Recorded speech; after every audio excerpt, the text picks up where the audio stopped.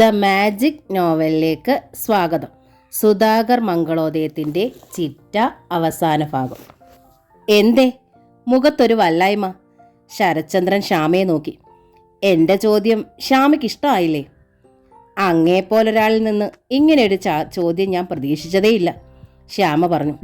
ഒരു നിമിഷം ആലോചിച്ച് നിന്നിട്ട് ശരത്ചന്ദ്രൻ തല കുലുക്കി. ഓക്കെ, ശ്യാമ പ്രതീക്ഷിക്കാത്ത ചോദ്യമായിരുന്നിരിക്കാം എൻ്റേത്.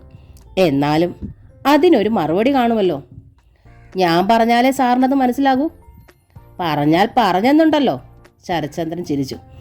എന്നെ ഇനി ആരും ചുമക്കുന്നത് എനിക്കിഷ്ടമല്ല. മുടന്തി ഞാൻ ഇങ്ങനെ മുന്നോട്ട് പോകും. അതിനെനിക്കൊരു ലക്ഷ്യമുണ്ട്, എൻ്റെ മകൾ. ആ ലക്ഷ്യത്തിന് ഒരാൾ കൂടി ഉണ്ടാവണതൊരു തടസ്സമാണോ? ശ്യാമ ആദ്യം കാണുന്ന ഭാവത്തിൽ ശരത്ചന്ദ്രനെ നോക്കി. ശരത് സാറിനിത് എന്തു പറ്റി? ശ്യാമയോടുള്ള ഇഷ്ടം കൊണ്ടാണ്, സ്നേഹം കൊണ്ടാണ്, അല്ലാതെ സഹതാപം കൊണ്ടല്ല. സഹതാപവും അത്ര ചീത്ത കാര്യമൊന്നും അല്ലല്ലോ. സാറിന് ഓർമ്മയുണ്ടല്ലോ, ശ്യാമ ഒന്ന് നെടുവീർപ്പിട്ടു. എൻ്റെ മുഖം കണ്ടൊരിക്കൽ താല്പര്യം തോന്നിയിട്ടും ഞാൻ എഴുന്നേറ്റ് നടക്കുന്നത് കണ്ടപ്പോൾ മനസ്സ് പിന്തിരിഞ്ഞത്. ഇപ്പോഴും മുടന്തിയാണ് ഞാൻ നടക്കണത്. എന്നിട്ടും മനുഷ്യൻ ശരീരമല്ല, മനസ്സാണെന്ന് ഇപ്പോൾ എനിക്ക് ബോധ്യമായി. ശ്യാമയുടെ മനസ്സിന് മുടന്തില്ലെന്നു. അത്രയും മതി എനിക്ക്. സാർ വിവാഹിതനാണെന്ന് ഞാൻ മനസ്സിലാക്കിയിരിക്കുന്നത്. സാർ അതേപ്പറ്റി എന്നോട് പറഞ്ഞിട്ടുണ്ടോ എന്ന് സംശയമുണ്ട്.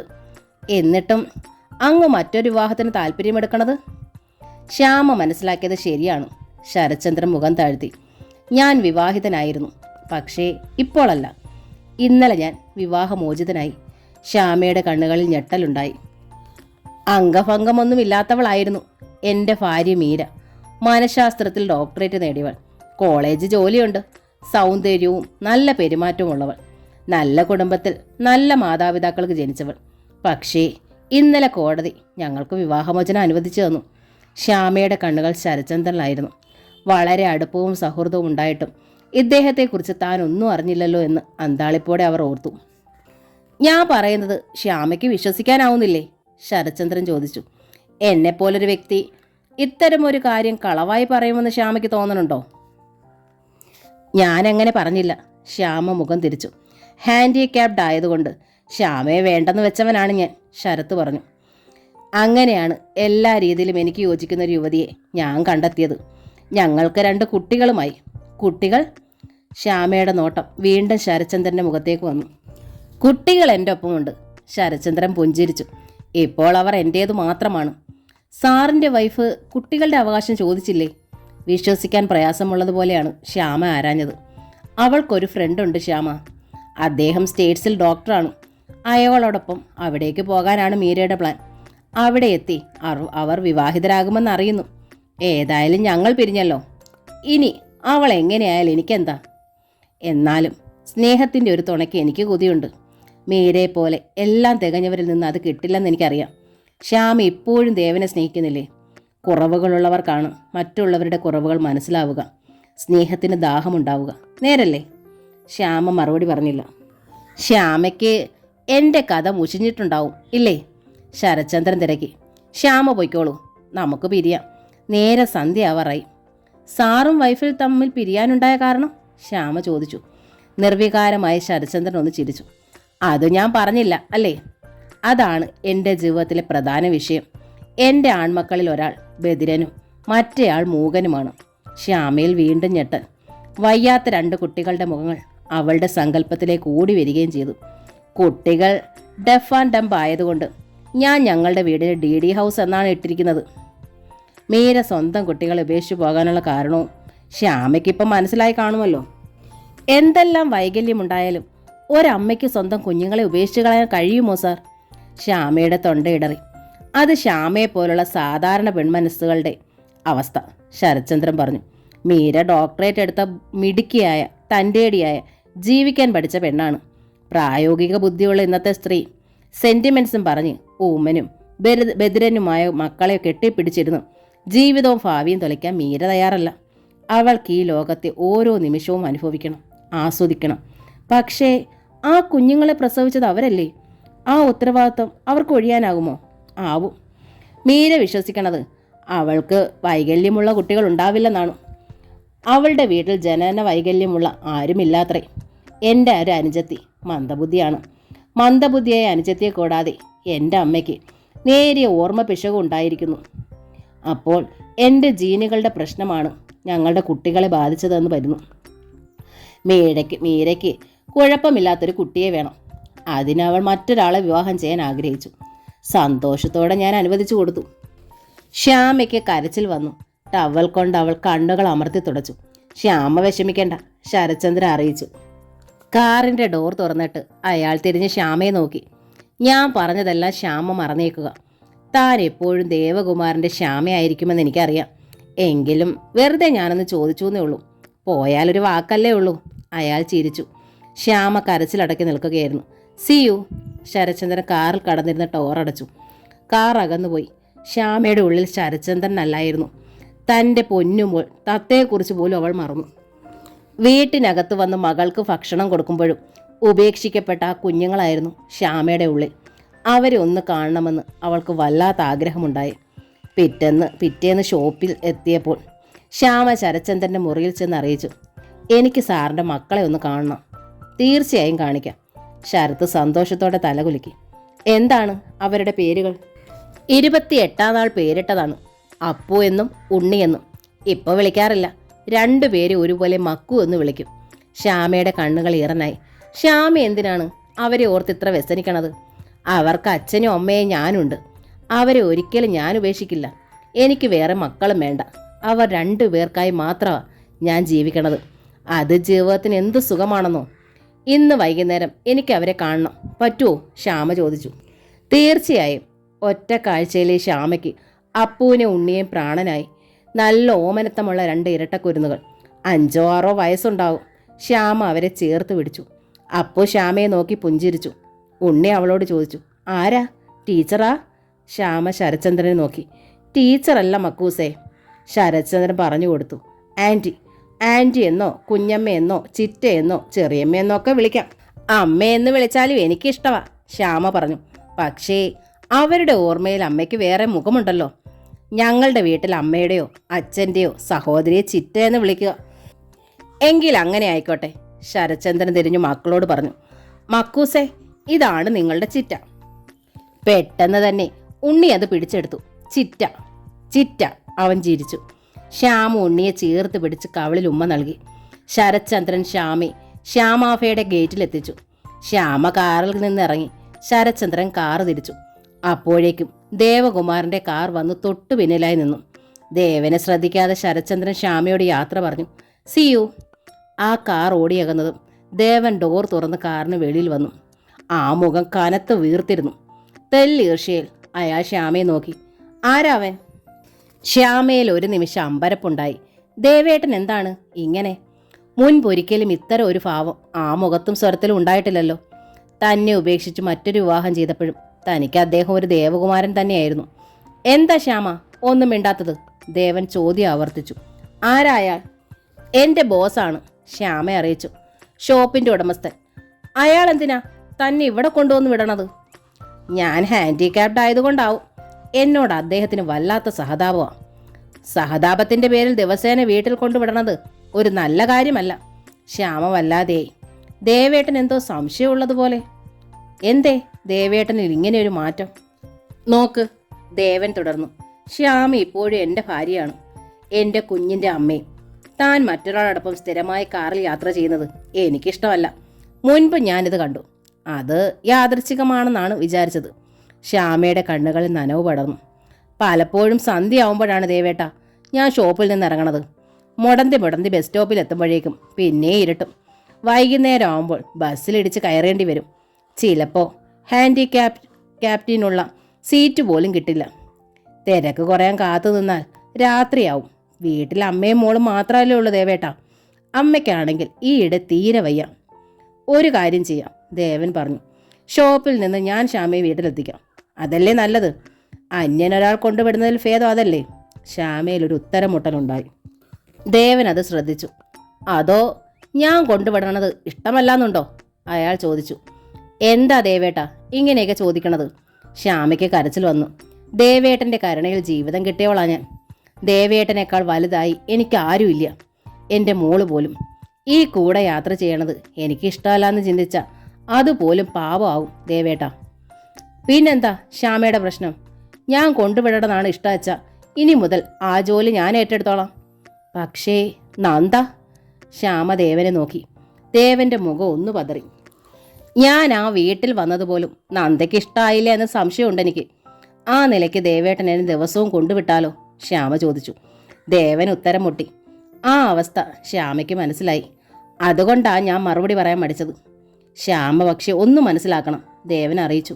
എനിക്ക് നന്ദയോട് മാത്രമല്ല കടമ, നിന്നോടുമുണ്ട്. അത് ഞാനല്ല മനസ്സിലാക്കേണ്ട ദേവേട്ട, നന്ദനെയാണ്. നന്ദനയ്ക്ക് ഇഷ്ടമില്ലാത്ത കാര്യങ്ങൾ ചെയ്യാൻ ഞാൻ ഒരിക്കലും ദേവേട്ടനെ പ്രേരിപ്പിക്കില്ല. എനിക്കൊന്നും വേണ്ട, ദേവേട്ടൻ സന്തോഷമായി ജീവിക്കുന്നത് കണ്ടാൽ മതി. നിന്റെ സന്തോഷവും എനിക്ക് വലുതാണ് ശ്യാമ, ദേവൻ പറഞ്ഞു. നീ കഷ്ടപ്പെടുമ്പോൾ എനിക്ക് സന്തോഷിക്കാനാവില്ല. പക്ഷേ എൻ്റെ സന്തോഷത്തിന് വേണ്ടി ദേവേട്ടൻ്റെയും നന്ദയുടെയും ദാമ്പത്യം തകരാൻ ഞാൻ അനുവദിക്കില്ല. അതെനിക്ക് നിർബന്ധമാണ്. ദേവനൊന്ന് പതറി. വീട്ടിൽ അമ്മയും തത്തമ്മോളും മാത്രമേ ഉള്ളൂ, ശ്യാമ പറഞ്ഞു. ഞാൻ ചെന്നാലേ മോളെ മേല് കഴിക്കാൻ പറ്റുള്ളൂ. അമ്മയെക്കൊണ്ടിപ്പോൾ അതിനൊന്നും വയ്യ. ഞാനും കൂടി വീട്ടിലേക്ക് വരട്ടെ ശ്യാമ? യാചിക്കും പോലെ ദേവൻ ശ്യാമയെ നോക്കി. മോളെ ഒന്ന് കാണാനാ, എന്നിട്ട് വേഗം തിരികെ പോയിക്കോളാം. എതിര് പറയാൻ ശ്യാമയ്ക്ക് കഴിഞ്ഞില്ല. ദേവൻ അന്ന് മകളെ മടിയിലെടുത്ത് ചോറ് ഊട്ടിച്ചു. തത്തയ്ക്ക് വലിയ സന്തോഷമായി. ഒരുപാട് വൈകിയാണ് ദേവൻ അവിടെ നിന്ന് മടങ്ങിയത്. അച്ഛൻ നാളെയും വരുമോ? പോകാനിറങ്ങിയ ദേവനോട് കുട്ടി കെഞ്ചി. നടക്കില്ലെങ്കിൽ കുട്ടിക്ക് ആശ കൊടുക്കരുത് മോനെ, അമ്മിണി അപേക്ഷിച്ചു. നാളെ നിന്നെ കണ്ടില്ലെങ്കിൽ മോൾ ഞങ്ങൾക്ക് സ്വൈര്യം തരില്ല. ദേവൻ ഒന്ന് ആലോചിച്ചു, എന്നിട്ട് തലകുലുക്കി. വരാം മോളെ, അച്ഛൻ തീർച്ചയായും വരും. നന്ദയെ വെറുതെ വിഷമിപ്പിക്കേണ്ട ദേവേട്ട, ശ്യാമയെ അറിയിച്ചു. അവിടെ ഇതറിഞ്ഞാൽ ആകെ പ്രശ്നമാവും. പ്രശ്നമാവട്ടെ. ദേവനിലൊരു കൂസലില്ലായ്മ പ്രകടമായി. എന്നും അങ്ങനെ തോറ്റു കൊടുക്കാൻ ഞാൻ തയ്യാറല്ല. എൻ്റെ ഭാര്യയുടെയും കുട്ടിയുടെയും ചുമതലകൾ മറ്റാരെയെങ്കിലും ഏൽപ്പിക്കാനും. പെട്ടെന്ന് ശ്യാമ എന്തോ പറയാനാഞ്ഞു. ഉടനെ അമ്മിണി വായി പൊത്തി. ദേവൻ പറഞ്ഞതാണത്തം. നീ എതിരൊന്നും പറയണ്ട. എത്ര കാലം ഇനി ഞാനുണ്ടാവും അറിയില്ല. നിങ്ങളെ അനാഥരായി കണ്ടിട്ട് മരിച്ചാൽ അമ്മയുടെ ആത്മാവിന് ഒരു കാലവും ശാന്തി ഉണ്ടാവില്ല. അമ്മ വിഷമിക്കേണ്ട, ദേവൻ അമ്മിണിയോട് പറഞ്ഞു. ശ്യാമയും തത്തമ്മോളെയും ഞാൻ ജീവിച്ചിരിക്കുമ്പോൾ അനാഥരാവില്ലമ്മേ. വാക്ക് തരാ ഞാൻ. അവർക്ക് ഞാനുണ്ട്, ആരൊക്കെ എതിർത്താലും. ശ്യാമയുടെ കണ്ണുകൾ നിറഞ്ഞു തൂവി. അയാൾ ഭാഗ്യോദയത്തിലെത്തുമ്പോൾ ചൂടുവെള്ളത്തിൽ തുണി മുക്കിപ്പിഴിഞ്ഞ് കൃഷ്ണമ്മ നന്ദയുടെ കാൽ തടവുകയാണ്. എന്തു പറ്റി നന്ദ? ദേവൻ സ്നേഹപൂർവ്വം തിരക്കി. നന്ദന മറുപടി പറഞ്ഞില്ല. ആ മുഖത്ത് പക്ഷേ യാതൊരു അനിഷ്ടവും പ്രകടമായതുമില്ല. കാല് കഴിക്കണമെന്ന് പറഞ്ഞിട്ടാ മോനെ, കൃഷ്ണമ്മ ദേവനോട് പറഞ്ഞു. ഈ സമയത്ത് അതൊക്കെ ഉണ്ടാവും. ദേവൻ ഡ്രസ്സ് മാറാനായി അകത്തെ മുറിയിലേക്ക് നടന്നു.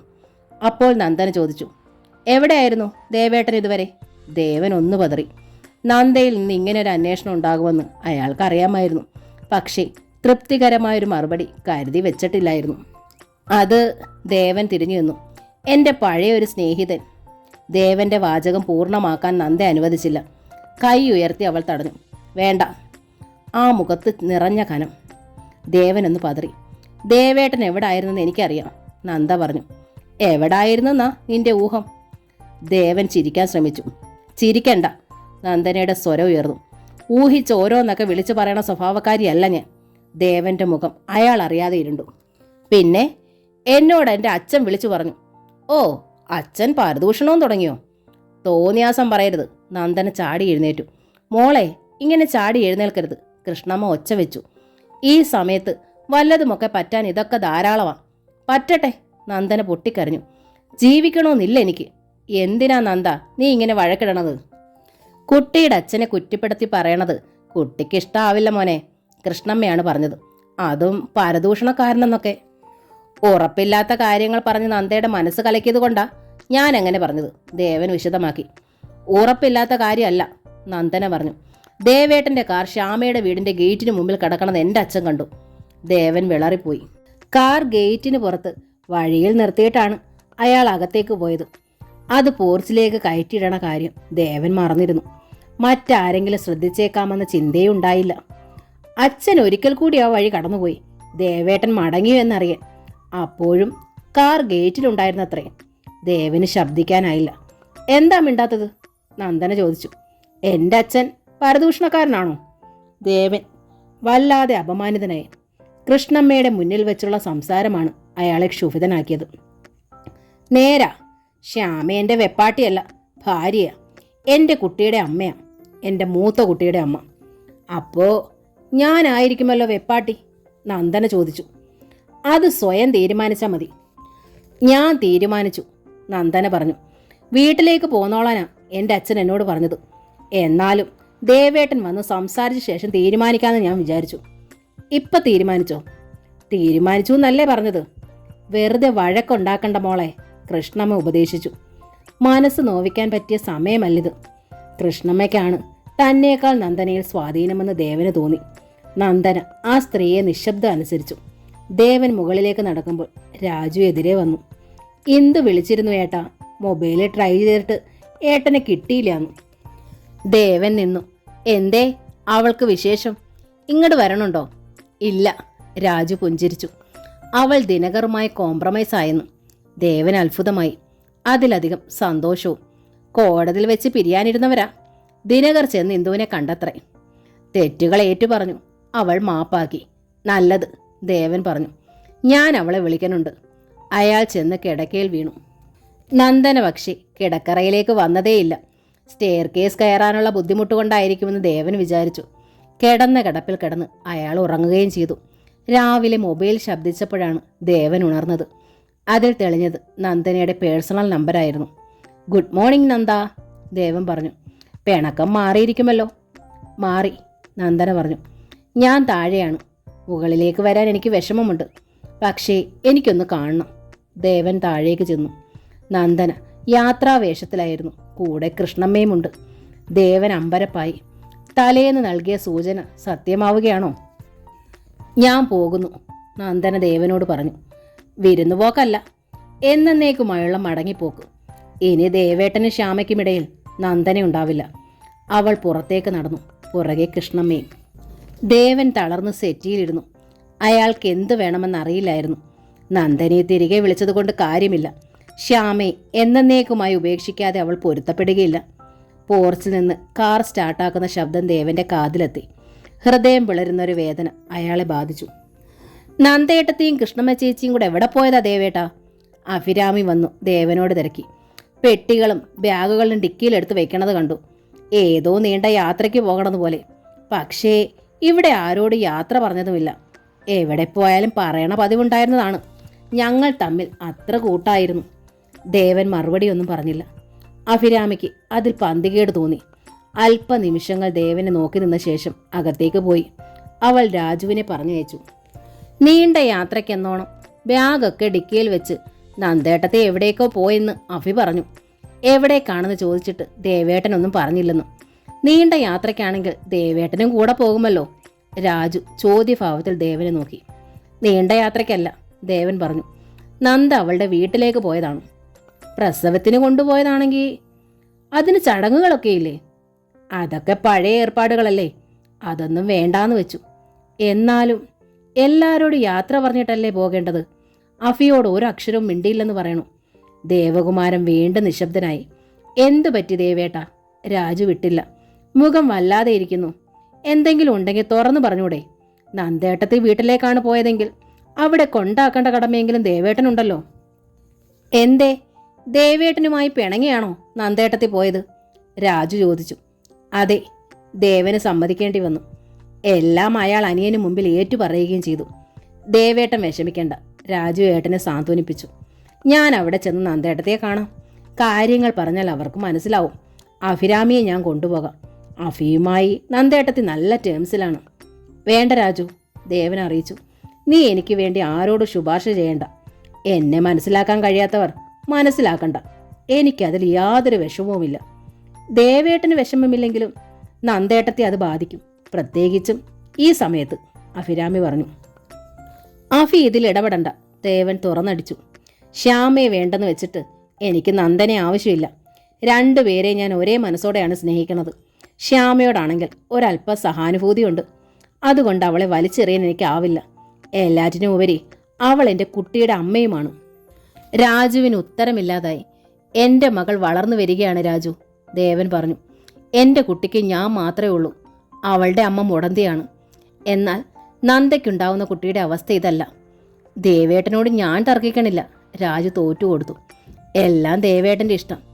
അന്ന് വൈകുന്നേരം ദേവൻ കാറിൽ ശ്യാമ ജോലി ചെയ്തിരുന്ന സൂപ്പർ മാർക്കറ്റിൽ ചെന്ന് അവളെ കൂട്ടിക്കൊണ്ടു വന്നു. ശ്യാമ അഫയിലാക്കി. വീട്ടിൻ്റെ ഗേറ്റിൽ ഇറങ്ങുമ്പോൾ ശ്യാമ ചുറ്റും കണ്ണോടിച്ചു.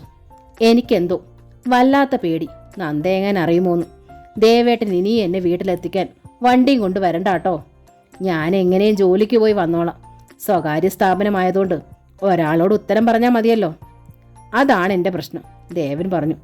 നിന്നെ മറ്റൊരാൾ വണ്ടിയിൽ കയറ്റി വീട്ടിലെത്തിക്കുന്നത് എനിക്കിഷ്ടമല്ല. ഞാൻ ആരുടെയും വണ്ടിയിൽ കയറത്തില്ല ദേവേട്ട. പ്രതിജ്ഞ പോലെയായിരുന്നു ശ്യാമ പറഞ്ഞത്. ഞാൻ ബസ്സിന് പോന്നോളാം. കഷ്ടപ്പെടേണ്ടതിന് എനിക്ക് ഒരു ബുദ്ധിമുട്ടുമില്ല. ദേവേട്ടൻ്റെയും നന്ദയുടെയും ജീവിതം തകരരുതെന്നേ ഉള്ളൂ, മാത്രമേ ഉള്ളൂ. അത് തകർന്നു കഴിഞ്ഞു കുട്ടി, ദേവൻ പറഞ്ഞു. ശ്യാമ അമ്പരപ്പിൽ ദേവനെ നോക്കി. അവളുടെ മുന്നിലും അയാൾ കഥ ആവർത്തിച്ചു. ദേവേട്ടൻ നന്ദയെ ചെന്ന് കാണണം, ശ്യാമ യാചിച്ചു. എൻ്റെ നിഴൽ പോലും നിങ്ങളുടെ മധ്യേ ഇനി വരില്ല. വേണമെച്ചാൽ ഞാൻ തന്നെ ചെന്ന് നന്ദയ്ക്ക് വാക്കു കൊടുക്കാം. അതിൻ്റെ ഒന്നും ഒരാവശ്യവുമില്ല ശ്യാമ, ദേവൻ അറിയിച്ചു. അവൾക്ക് ഇപ്പോൾ ഒരു ഭർത്താവ് വേണ്ട. സ്നേഹസമ്പന്നനായ ഒരു അച്ഛൻ അവൾക്കുണ്ടല്ലോ. താമസിയാതെ അവളൊരമ്മയുമാവും. അതുമാത്രമാണ് അവൾ ഇച്ഛിക്കുന്നത്. എനിക്കത് മനസ്സിലായിട്ടുണ്ട്. എന്നാലും ഞാൻ കാരണം ദേവേട്ടന് നന്ദയെ നഷ്ടപ്പെടാൻ പാടില്ല. നന്ദയ്ക്ക് ദേവേട്ടന് അതെനിക്ക് നിർബന്ധമാണ്. നന്ദയ്ക്ക് ദേവനെ നഷ്ടപ്പെടുന്നത് നീ കാരണമല്ല, ദേവന് നന്ദയെ നഷ്ടപ്പെട്ടതും. സത്യത്തിൽ നന്ദയുടെ നിബന്ധനകളിൽ വീർപ്പുമുട്ടിയ ഞാനാണ് ആ ബന്ധനം പൊട്ടിച്ചത്. അവൾ പിരിഞ്ഞുപോയ നിമിഷം എനിക്കൊരു തളർച്ച തോന്നിയെന്നത് സത്യം. എന്നാലും ഇപ്പോൾ എനിക്ക് ആശ്വാസമാണ് അനുഭവപ്പെടുന്നത്. ശ്യാമ അമ്പരപ്പിൽ ദേവനെ നോക്കി. ഒരു ഭാര്യയിൽ നിന്ന് ഭർത്താവ് പ്രതീക്ഷിക്കുന്നത് ഉത്തരവുകളല്ല ശ്യാമ, സാന്ത്വനങ്ങളാണ്. ഈ ചുരുങ്ങിയ കാലത്തെ ജീവിതത്തിനിടയിൽ നന്ദയിൽ നിന്ന് എനിക്ക് കിട്ടാതെ പോയതും അതാണ്. അവളുടെ അച്ഛൻ അവൾക്ക് വാങ്ങിക്കൊടുത്ത ഒരു കളിപ്പാട്ടം മാത്രമായിരുന്നു ഞാൻ. ശ്യാമ പിന്നെ തർക്കിക്കാൻ നിന്നില്ല. രാവിലെ ടെക്സ്റ്റൈൽ ഷോപ്പിൽ പോകാതെ നന്ദയോടുള്ള പരിഭവത്തിൽ വീട്ടിൽ കുത്തിരിക്കുകയാണ് ദേവൻ. ശ്യാമയെ ഡ്രോപ്പ് ചെയ്ത് മടങ്ങുമ്പോൾ ആ കാർ കൊണ്ടുവന്ന് രാമുണ്ണി മാഷെ ഏൽപ്പിച്ചാലോ എന്ന് അയാൾക്ക് തോന്നി. എന്തിനാണ് മറ്റൊരാളുടെ വസ്തു താൻ കയ്യിൽ സൂക്ഷിക്കുന്നത്? സാധാരണ വൈകുന്നേരങ്ങളിൽ മാഷ് ഷോപ്പിലുണ്ടാകാറുള്ളതല്ല. അന്ന് പക്ഷേ അദ്ദേഹം സ്വകാര്യ അറയിലുണ്ടായിരുന്നു. എന്താ ദേവാ വിശേഷങ്ങൾ? ഒന്നും അറിയാത്ത ഭാവത്തിലായിരുന്നു മാഷ് ചോദിച്ചത്. നന്ദ എന്തേ ഓടിച്ചാടി അങ്ങോട്ട് പോകുന്നത്? എല്ലാം അറിഞ്ഞുകൊണ്ടാണ് ചോദിക്കുന്നതെന്ന് ദേവൻ അറിയാമായിരുന്നു. ആ കനപ്പിൽ അയാൾ മുഖം തിരിച്ചു. അതൊക്കെ മകളോട് ചോദിച്ചാൽ അറിയാമല്ലോ. മകളുടെ ഭർത്താവിനോട് ചോദിച്ചാൽ അറിയാവുന്നതേ ഉള്ളൂ, മാഷ് ചിരിച്ചു. അതിനു വേണ്ടിയാണല്ലോ ഞാൻ മാസാമാസം വലിയൊരു തുക തനിക്കായി ചെലവഴിക്കണത്. ടെക്സ്റ്റൈൽ ഷോപ്പ് ലാഭമായതുകൊണ്ടല്ല അത് നടത്തിക്കൊണ്ടു പോണതും. എല്ലാം എൻ്റെ നന്ദയുടെ സന്തോഷത്തിന് വേണ്ടിയാണ്. താൻ തൻ്റെ ആദ്യ ഭാര്യയെ ചുമന്നുകൊണ്ട് നടക്കണ ഈ കാറ് പോലും എൻ്റെ മകളുടെ സന്തോഷം മുൻനിർത്തിയ ഞാൻ തന്നെ ഏൽപ്പിച്ചത്. അവൾക്ക് ഈ നാട്ടിൽ അന്തസ്സായി ജീവിക്കാൻ വേണ്ടി തൻ്റെ അന്തസ്സ് ഞാൻ ഉയർത്തി. കാൽ കാശിൻ്റെ വിലയില്ലായിരുന്ന താൻ എഞ്ചിനീയറായ അനിയനേക്കാൾ കേമനായി. എന്നിട്ടോ? രാമുണ്ണി മാഷ് ദേവനെ നോക്കി പല്ല് ഞെരിച്ചു. ദേവൻ ഉത്തരമില്ലായിരുന്നു. ഞാൻ പറയാം, മാഷ് തന്നെ തുടർന്നു. എൻ്റെ മകളെ താൻ പറ്റിച്ചു. തനിക്ക് എപ്പോഴും താല്പര്യം തൻ്റെ മുടന്തിയായ ആദ്യ ഭാര്യയോടായിരുന്നു. എൻ്റെ മകള് കണ്ണീര് കുടിച്ചു. ഭർത്താവ് മറ്റൊരുത്തിയുടേതാകുന്നതിൽ പരം എന്ത് ദുഃഖമാണോ ഒരു സ്ത്രീക്ക് വരാനുള്ളത്? തനിക്കത് മനസ്സിലാവില്ലല്ലോ. എന്നെ നന്ദയ്ക്കും മനസ്സിലാവില്ല മാഷേ. ഒടുവിൽ ദേവന് ശബ്ദം കിട്ടി. ശ്യാമ എനിക്ക് മറ്റൊരുത്തിയല്ല, എൻ്റെ മോളുടെ അമ്മയാ, എൻ്റെ എല്ലാമാ. അത് മനസ്സിലായി. അതുകൊണ്ടാ എൻ്റെ മകൾ ഇറങ്ങിപ്പോന്നത്. അവൾ തൻ്റെ ഭാര്യയല്ലാതായതോടെ താൻ ഞങ്ങളുടെ ആരുമല്ലാതായി. നാടകത്തിന് കെട്ടിക്കൊടുത്ത വേഷങ്ങൾ അഴിച്ചു വെക്കണത് പോലെ ഞങ്ങൾ തന്നതല്ല ഇവിടെ അഴിച്ചു വെച്ചിട്ട് പൊയ്ക്കോ. മറ്റൊന്നും എനിക്കിനി പറയാനില്ല. അഴിച്ചു വെക്കാനാ വന്നത്, ദേവൻ പറഞ്ഞു. അയാളുടെ മുഖത്ത് അല്പവും കൂസലുണ്ടായിരുന്നില്ല. കാർ പോർച്ചിലിട്ടിട്ടുണ്ട്. ഞാൻ നടന്നേ തിരിച്ചു പോന്നുള്ളൂ. തനിക്ക് വേണ്ടിയാ ഞാൻ ടെക്സ്റ്റൈൽ ഷോപ്പ് വാങ്ങി പരീക്ഷിച്ചത്, മാഷു പറഞ്ഞു. എൻ്റെ നന്ദ ഇങ്ങോട്ടെത്തിയതിൽ പിന്നെ ഞാനത് വിൽക്കാൻ ഏർപ്പാടാക്കി. ഇനി തനിക്ക് ഇവിടെ യാതൊരു സ്ഥാനവും ഉണ്ടായിരിക്കില്ല. എൻ്റെ ടൈലറിംഗ് ഷോപ്പ്? ദേവൻ രാമുണ്ണി മാഷ് നോക്കി. അത് മാഷിലൊരു പതർച്ചയുണ്ടായി. അങ്ങനൊരു സ്ഥാപനം ഇപ്പോൾ ഇവിടെ ഇല്ലല്ലോ. എല്ലാം കൂടി നമ്മളൊരു കോംപ്ലക്സ് ആക്കിയിരിക്കുകയല്ലേ. അത് മൊത്തം വിൽക്കാനാണോ പ്ലാൻ? അതെന്ത് വിഡ്ഢി ചോദ്യമാ, മാഷ് ചോദിച്ചു. തൻ്റെ ടൈലറിംഗ് ഷോപ്പ് നിർത്തിയിട്ടല്ലേ നമ്മളത് റെഡിമെയ്ഡ് സെൻറ്റർ ആക്കിയത്.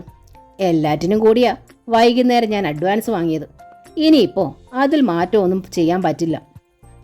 തൻ്റെ ഒരു പൊട്ട ടൈലറിംഗ് ഷോപ്പ് എൻ്റെ ടെക്സ്റ്റൈൽ സെൻറ്ററിൽ ലയിച്ചിട്ടുണ്ടെങ്കിൽ അതെൻ്റെ മകളിൽ തനിക്ക് ജനിക്കാൻ പോകുന്ന കുഞ്ഞിൻ്റെ പിതൃസ്വത്തായി തള്ളിക്കോ. അല്ലാതെ ആ പീറ സ്ഥാപനം ഇനി തിരിച്ചുണ്ടാക്കി തരാനൊന്നും എനിക്ക് കഴിയില്ല. വേണ്ട, ദേവൻ പറഞ്ഞു. നഷ്ടം എനിക്കാണെന്ന് സംഭവിച്ചതെന്ന് വ്യക്തമാക്കാനാ ഞാൻ ഈ കാര്യം ഓർമ്മിപ്പിച്ചത്. ഓ, എന്ത് നഷ്ടമാണെന്നറിയണ്ടേ? രാമുണ്ണി മാഷ് പരിഹസത്തിൽ ചിരിച്ചു. അപ്പോ എൻ്റെ മകൾക്ക് സംഭവിച്ച നഷ്ടമോ? തന്നെ സ്നേഹിച്ചതിൻ്റെ പേരിൽ അവൾക്ക് അവളുടെ ജന്മം തന്നെ നഷ്ടമായില്ലേ? 2ാം കെട്ടും 3ാം കെട്ടും ഒന്നും ആയിരുന്നില്ല അവൾ. എൻ്റെ കുട്ടിയുടേത് ആദ്യ വിവാഹമായിരുന്നു. മാപ്പ്. ദേവൻ എഴുന്നേറ്റു. അതേ എനിക്ക് പറയാനുള്ളൂ. നിങ്ങൾ എന്നോട് ചെയ്തതിൻ്റെ കണക്കൊന്നും ഞാൻ സൂക്ഷിച്ചിട്ടില്ല. പറ്റിയതിൻ്റെ കണക്കുകൾ മാത്രമേ എൻ്റെ കയ്യിലുള്ളൂ. ഒരു തവണ കൂടി എനിക്ക് നന്ദി ഒന്ന് കാണണമെന്നുണ്ട്. പറ്റില്ല. മാഷു എഴുന്നേറ്റു. ഈ സമയത്ത് ഇനിയും അതിൻ്റെ മനസ്സ് വേദനിപ്പിക്കാൻ പറ്റില്ല. കഴിഞ്ഞത് കഴിഞ്ഞു. നിങ്ങൾക്ക് പോകാം. ഒന്നും മിണ്ടാതെ ദേവൻ ഒരു നിമിഷം കൂടി മാഷിൻ്റെ മുമ്പിൽ നിന്നു. പിന്നെ തിരിഞ്ഞു നടന്നു. വീട്ടിലെത്തിയതും അയാൾ പതിവ് പോലെ അമ്മയുടെ കിടക്കയുടെ അരികിലെത്തി. ഭാഗ്യം. അമ്പരപ്പിൽ ദേവനെ നോക്കി. നന്ദി ഇവിടുന്ന് പോയോ ദേവാ? അഭിരാമിയും രാജു അങ്ങനെ പറഞ്ഞല്ലോ. പോയി, ദേവൻ പറഞ്ഞു. ഞാൻ പറഞ്ഞയച്ചതല്ല, അവൾ സ്വയം പോയതാ. നന്നായി, ഭാഗ്യം നിശ്വസിച്ചു. അവളെ കൊണ്ടിപ്പം എനിക്കൊരു പ്രയോജനമില്ല. ആ നിലയ്ക്ക് അവളെന്തിനാ ഇനി ഇവിടെ നിൽക്കണത്? അതെ, ദേവൻ അമ്മയുടെ കിടക്കയിലിരുന്നു. അമ്മയുടെ പ്രയോജനം നോക്കിയാണല്ലോ അമ്മ ആൺമക്കളെ കല്യാണം കഴിപ്പിക്കണത്.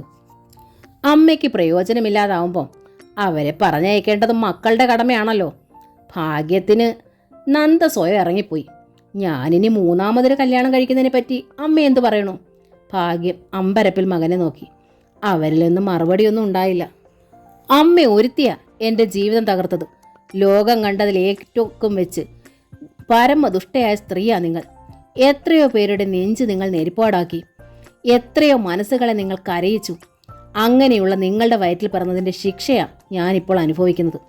അയാൾ എഴുന്നേറ്റ് സ്വന്തം മുറിയിലേക്ക് പോയി. ഭാഗ്യത്തിൻ്റെ കണ്ണുകൾ നിറഞ്ഞു തുളുമ്പി. അങ്ങേയറ്റം അനുസരണയും ശാന്തതയുമുള്ള മകനായിരുന്നു അവൻ. അവനെ ഇത്രയും ശോഭിച്ച് ഭാഗ്യം കണ്ടിട്ടേയില്ല. താൻ പറഞ്ഞത് നടക്കണം. നിഷേധിക്കുന്നവർ ശത്രുക്കളാണ്. അതാണ് ഭാഗ്യത്തിൻ്റെ രീതി. എങ്കിലും മക്കളെ അവർ സ്നേഹിച്ചിരുന്നു. കൂടുതൽ അടുപ്പം മകളോടായിരുന്നുവെന്ന് മാത്രം. വയസ്സുകാലത്ത് അമ്മമാർക്ക് തണൽ പെൺമക്കളായിരിക്കുമെന്നായിരുന്നു അവരുടെ വിശ്വാസം. ആൺമക്കളുടെ ഭാര്യമാർക്ക് ഭർത്തൃമാതാക്കളെ ശുശ്രൂഷിക്കാൻ മനസ്സുണ്ടാവില്ലെന്നും. ഇപ്പോൾ ഭാഗ്യത്തിൻ്റെ ആ കണക്ക് കൂട്ടലുകൾ തെറ്റിയിരിക്കുന്നു. മകളെ കണ്ടിട്ട് മാസങ്ങളായി. ദിനകറുമായി അവൾ പൊരുത്തപ്പെട്ടു എന്ന് കേൾക്കുന്നു. പിന്നീട് ഇങ്ങോട്ട് തിരിഞ്ഞു നോക്കിയിട്ടേയില്ല. അഭിരാമിയാണ് ഭാഗ്യത്തെ ശുശ്രൂഷിക്കുന്നത്. അവളെ ഇപ്പോഴും ശത്രുവായാണ് അവർ കാണുന്നത്. ദേവൻ അമ്മയോട് വഴക്കിട്ട് പുറത്തേക്ക് പോകുന്നത് അഭിരാമി കണ്ടിരുന്നു. അവൾ ഭാഗ്യത്തിൻ്റെ കിടക്കയിലിരുന്നു. എന്തിനാമേ ദേവേട്ടൻ വഴക്കിട്ട് പോയത്? അഭിരാമി തിരക്കി. ദേവേട്ടനെ അമ്മ വല്ലതും വഴക്കു പറഞ്ഞോ? ഭാഗ്യത്തിൻ്റെ ചുണ്ടുകൾ വിതമ്പുന്നത് ആദ്യമായി അഭിരാമി കണ്ടു. ദേവേട്ടൻ ഇപ്പോൾ വലിയ സങ്കടത്തിലാണമ്മേ, അവൾ പറഞ്ഞു. നന്ദേട്ടത്തി സ്വന്തം വീട്ടിലേക്ക് പോയി. അവർ തിരിച്ചു വരില്ല എന്നാ കേട്ടത്. പിണങ്ങിപ്പോയതുപോലെയാ തോന്നണത്. അവൾ പോട്ടെ, പെട്ടെന്നായിരുന്നു ഭാഗ്യം പറഞ്ഞത്. അവളെ ഇവിടേക്ക് വിളിച്ചുകൊണ്ട് വന്നത് ഞാനാ. എൻ്റെ ദേവൻ്റെ ജീവിതം നരകമായതും അങ്ങനെയാ. അവൾ തിരിച്ചു പോയ സ്ഥിതിക്ക് അവന് സമാധാനമായി കാണുമല്ലോ. നന്ദയ്ക്ക് പകരം അവൻ ശ്യാമയും കുട്ടിയും വിളിച്ചോണ്ട് പോരട്ടെ, എനിക്ക് സമ്മതമാ. ഒരാൾക്ക് വേണ്ടി മറ്റൊരാളെ ഉപേക്ഷിക്കാൻ ദേവേട്ടന് കഴിയില്ലമ്മേ. അതാ ദേവേട്ടൻ്റെ വിഷമം. അത് ഞങ്ങൾക്കെല്ലാം അറിയാം. പിന്നെ ഞാൻ എന്താ ചെയ്യേണ്ടത്? കരഞ്ഞുകൊണ്ടാണ് ഭാഗ്യം ചോദിച്ചത്. എന്ത് പ്രായച്ചിത്തമാ ഞാൻ ചെയ്യേണ്ടത്? അമ്മ ഒരു പ്രായച്ചിത്തവും ചെയ്യേണ്ട, അഭിരാമി ഭാഗ്യത്തെ ആശ്വസിപ്പിച്ചു. രാജുവേട്ടനുണ്ടല്ലോ ഇവിടെ, ദേവേട്ടനെ പറഞ്ഞ് സമാധാനിപ്പിച്ചോളും. ഈ സമയത്ത് നന്ദേട്ടത്തിയുടെ മനസ്സ് നോവിക്കുന്ന ഒരു പ്രവൃത്തിയും ദേവേട്ടൻ ചെയ്യേണ്ട, രാജു ദേവനോട് പറഞ്ഞു. ഡെലിവറി കഴിയട്ടെ, നന്ദേട്ടത്തിയുടെ മനസ്സൊന്ന് ശാന്തമാകട്ടെ. അതിനിടയിൽ ഞാൻ രാമുണ്ണി മാഷിനോടൊന്ന് സംസാരിക്കാം. രാജുവിനെ കണ്ടതും മാഷ് പൊട്ടിത്തെറിച്ചു. ഇനി യാതൊരു കോംപ്രമൈസുമില്ല. എൻ്റെ മകൾക്ക് തൻ്റെ ഏട്ടനെ വേണ്ട. എൻ്റെ ഏട്ടന് പക്ഷേ മാഷിൻ്റെ മോളെ വേണം. ഒരു ഭ്രാന്തൻ്റെ അവസ്ഥയാ ഇപ്പോൾ എൻ്റെ ഏട്ടൻ്റെത്. മാഷ് എൻ്റെ ഏട്ടനോട് കരുണ കാണിക്കണം. ഇല്ല, മാഷ് ശബ്ദമുയർത്ത്. ശ്യാമ ജീവിച്ചിരിക്കുന്നിടത്തോളം നിന്റെ ഏട്ടൻ്റെ ഭാര്യ അവളാ. അത് പുറത്തോണ്ടാ എൻ്റെ മകൾ ഈ കല്യാണത്തിന് സമ്മതിച്ചത്. ഈ ബന്ധം ഇനി തുടരില്ലെന്ന് എൻ്റെ മകൾക്ക് വാക്ക് നൽകിയതിൻ്റെ പേരിൽ ശ്യാമയുമായുള്ള ബന്ധം അയാൾ തുടരുമ്പോൾ എൻ്റെ മകൾക്ക് എന്താ ആ വീട്ടിൽ സ്ഥാനം? ഇല്ല, ഞങ്ങൾക്കിനി ഈ ബന്ധം വേണ്ട. നന്ദേട്ടത്തെ ഏട്ടനൊന്ന് കണ്ടോട്ടെ, രാജു പറഞ്ഞു. ഏട്ടൻ എന്തൊക്കെ പറയാനുണ്ടത്രേ. അത് കേട്ടിട്ട് മാഷ് എന്ത് തീരുമാനവും കൈക്കൊണ്ടോളൂ. എൻ്റെ മകൾക്ക് തൻ്റെ ഏട്ടനെ ഇനി കാണണ്ട, മാഷ് തീർത്ത് പറഞ്ഞു. ആ ബന്ധം വേണ്ടെന്ന് വെച്ചതുകൊണ്ടാ അവൾ ഇങ്ങോട്ട് പോണത്. നന്ദേട്ടത്തിയുടെ വയറ്റിൽ വളരുന്ന കുട്ടിയുടെ അച്ഛനല്ലേ ദേവേട്ടൻ? രാജു ചോദിച്ചു. വയറ്റിൽ വളരുന്നതല്ലേ ഉള്ളൂ, മാഷ് രാജുവിനെ നോക്കി. പുറത്തേക്ക് വന്നില്ലല്ലോ. പുറത്തെത്തിയ ഒരു കുഞ്ഞുണ്ടല്ലോ തൻ്റെ ഏട്ടന്, അതിനെ കണ്ടാൽ മതി അയാൾ. എൻ്റെ മകളെയോ അവൾക്ക് പിറക്കുന്ന കുട്ടിയോ അയാളിനി കാണണ്ട. ഇത്ര ക്രൂരത പാടുണ്ടോ മാഷേ? താൻ ഇനി മിണ്ടരുത്. ഇറങ്ങിപ്പോകാൻ പറഞ്ഞില്ലല്ലോ ഞാൻ. അതെൻ്റെ മര്യാദ. തനിക്കും തൻ്റെ ഏട്ടനുമൊക്കെ ആവശ്യം എന്താണെന്ന് എനിക്കറിയാം. എൻ്റെ പണം. ആ പണം അനുഭവിച്ചുകൊണ്ട് തൻ്റെ ഏട്ടൻ ആദ്യ ഭാര്യയുടെ പുറകെ പോയി. ഒരു രണ്ടാം ഭാര്യയായി എൻ്റെ മകൾക്കിനി ജീവിക്കണ്ട. പരാജിതനായ രാജു ഇറങ്ങിപ്പോന്നു. അന്ന് രാത്രിയിൽ രാജുവിൻ്റെ വിലക്ക് അവഗണിച്ച് ദേവൻ രാമുണ്ണി മാഷിൻ്റെ വീട്ടിലെത്തി. വാതിൽ തുറന്നത് കൃഷ്ണമ്മയായിരുന്നു. ദേവനെ കണ്ടതും അവർ വാതിലടയ്ക്കാൻ ഒരുങ്ങി. പക്ഷേ അവരെ തള്ളി മാറ്റി അകത്ത് കടന്നു. ഇതെന്തക്രമോ? കൃഷ്ണ ഒച്ച വെച്ചു. ദേവേട്ടൻ വന്നാൽ വാതിൽ തുറക്കണ്ടെന്നാ മോൾ പറഞ്ഞിരിക്കുന്നത്. അതിനു മാത്രം കൊലപാതക കുറ്റമൊന്നും ഞാൻ ചെയ്തിട്ടില്ല, ദേവൻ പറഞ്ഞു. എനിക്ക് നന്ദയോട് സംസാരിക്കണം. പാല് കുടിച്ച് ഉറങ്ങിക്കുട്ടി എന്ന് കൃഷ്ണമ്മ പറഞ്ഞു. ഉറങ്ങിക്കോട്ടെ, ദേവൻ അകത്തേക്ക് നടന്നു. എൻ്റെ ഭാര്യയല്ലേ അവൾ. അവൾ ഉറങ്ങുന്ന കിടക്കറയിൽ കയറി ചെല്ലാനുള്ള സ്വാതന്ത്ര്യവും അവകാശവും ഒക്കെ എനിക്കുണ്ട്. കൃഷ്ണമ്മ തിരിഞ്ഞു മാഷിൻ്റെ മുറിയിലേക്ക് ഓടി. ദേവൻ വന്ന് വിവരം അറിയിക്കാൻ. ദേവനെ കണ്ട് നന്ദ വല്ലാതെ അമ്പരന്നു. ശല്യമായി ഞാൻ അല്ലേ? ദേവൻ ചോദിച്ചു. അതുകൊണ്ടല്ലേ ഇറങ്ങി ഓട്ടം? എന്തിനാണ് ഞാൻ ഇറങ്ങി ഓടിയെന്ന് ദേവേട്ടൻ അറിയാമല്ലോ. പല കുറി ഞാൻ പറഞ്ഞതാ സപജ്ഞയാവാൻ എന്നെ കിട്ടില്ലെന്ന്. ഇവിടിപ്പോൾ എനിക്ക് സമാധാനമുണ്ട്, സന്തോഷമുണ്ട്. ദേവേട്ടൻ എന്നെ വെറുതെ വിടണം. അച്ഛൻ അറിഞ്ഞാൽ പ്രശ്നമാവും. അത്രയും പറഞ്ഞതേ ഉള്ളൂ. അപ്പോഴേക്ക് ഒരു കൊടുങ്കാറ്റ് പോലെ രാമുണ്ണിമാഷ് വാതുക്കലെത്തി. എന്താ തൻ്റെ ഉദ്ദേശം? ഇങ്ങോട്ടിനി വരരുതെന്ന് പ്രത്യേകം പറഞ്ഞതല്ലേ ഞാൻ? തൻ്റെ അനിയൻ്റെ അടുത്ത് ഞാനത് പറഞ്ഞിരുന്നു. എൻ്റെ മകൾക്ക് തന്നെ വേണ്ട. ശ്യാമ ജീവിച്ചിരിക്കണ സ്ഥിതിക്ക് ഈ വിവാഹബന്ധം അസാധുവായതിനാൽ വിവാഹമോചനം ഞങ്ങൾ ആവശ്യപ്പെടുന്നില്ല. അത്രേ ഉള്ളൂ. ഈ രാത്രിയിൽ വെറുതെ സീനുണ്ടാക്കാതെ പുറത്തു പോകണം. നന്ദയിൽ നിന്ന് ഒന്നും ആഗ്രഹിച്ചിട്ടല്ല ഞാൻ വന്നത്, ദേവൻ പറഞ്ഞു. അവൾക്ക് താല്പര്യമില്ലെങ്കിൽ ഒന്നിച്ചൊരു ജീവിതവും വേണ്ട. എങ്കിലും മനസ്സ് തുറന്നൊന്ന് സംസാരിച്ചിട്ട് ഇറങ്ങിപ്പോകാമല്ലോ. അത്രേ എനിക്ക് ആഗ്രഹമുള്ളൂ. എനിക്കിനി ഒന്നും സംസാരിക്കണ്ട, നന്ദന പറഞ്ഞു. ദേവേട്ടൻ ശ്യാമയോടൊപ്പം ജീവിക്കണം. അവൾക്ക് ദേവേട്ടനേ ഉള്ളൂ. വയസ്സായ അമ്മയ്ക്ക് എന്തെങ്കിലും സംഭവിച്ചാൽ ശ്യാമയും കുഞ്ഞും അനാഥരാവും. അതിനിടപെടരുത്തരുത്. എനിക്കെൻ്റെ അച്ഛനുണ്ടല്ലോ ജീവിക്കാൻ ഒരു കൂട്ടിന്. ദേവേട്ടൻ തന്ന കുഞ്ഞും. ഞാനിവിടെ സുഖമായി ജീവിച്ചോളാം. വയസ്സുകാലത്ത് എൻ്റെ അച്ഛനൊരു തുണയായി ഇവിടെ താമസിക്കാൻ കഴിഞ്ഞതിൽ സന്തോഷമേ ഉള്ളൂ. രാമുണ്ണി മാഷിൻ്റെ മുഖത്ത് അഭിമാനം നിറഞ്ഞു. ഇപ്പോൾ സമാധാനമായല്ലോ, അയാൾ ദേവനെ നോക്കി. ഇനി പൊയ്ക്കൂടെ? എനിക്കൊന്ന് ഉറങ്ങണം. വെളുപ്പിനെ ഒരു യാത്രയുള്ളതാ. ശരി, ദേവൻ പറഞ്ഞു. പിന്നെ സാവധാനം തിരിഞ്ഞ് പുറത്തേക്ക് നടന്നു. വാതിൽ കടക്കുമ്പോൾ നന്ദനയുടെ തേങ്ങൽ അയാളുടെ കാതിൽ വീണു. അറിയാതെ ദേവൻ നിന്നു. വീണ്ടും നടന്നു. ശ്യാമയെ കാണണ്ട എന്നായിരുന്നു അയാളുടെ തീരുമാനം. തനിക്കാരും വേണ്ട, ജീവിതമേ വേണ്ട. നന്ദനയുടെ വീട്ടിൽ നിന്ന് നടന്നാണ് ദേവൻ സ്വന്തം വീട്ടിലെത്തിയത്. ആരെയും വിളിച്ചുണർത്തി ശല്യപ്പെടുത്തണ്ട എന്ന് വിചാരിച്ച് അയാൾ സിറ്റൗട്ടിലെ സെറ്റിയിൽ ചുരുണ്ടു കടന്നു. രാവിലെ വാതിൽ തുറന്ന് പുറത്തു വന്ന അഭിരാമിയാണ് ദേവനെ തട്ടി ഉണർത്തിയത്. രാത്രിയിൽ ശ്യാമേട്ടത്തി ദേവേട്ടനെ വിളിച്ചിരുന്നു. അവൾ പറഞ്ഞു. എന്തിനാ? ദേവൻ തിരക്കി. അതൊന്നും പറഞ്ഞില്ല. പിന്നീട് വിളിച്ചോളാമെന്ന് പറഞ്ഞു. പിന്നെ വിളിച്ചതുമില്ല. ദേവൻ വെറുതെ മുഖം താഴ്ത്തിയിരുന്നതേ ഉള്ളൂ. ദേവേട്ടൻ ഒന്നുപോയി ശ്യാമേട്ടത്തെ കാണണം, അഭിരാമി പറഞ്ഞു.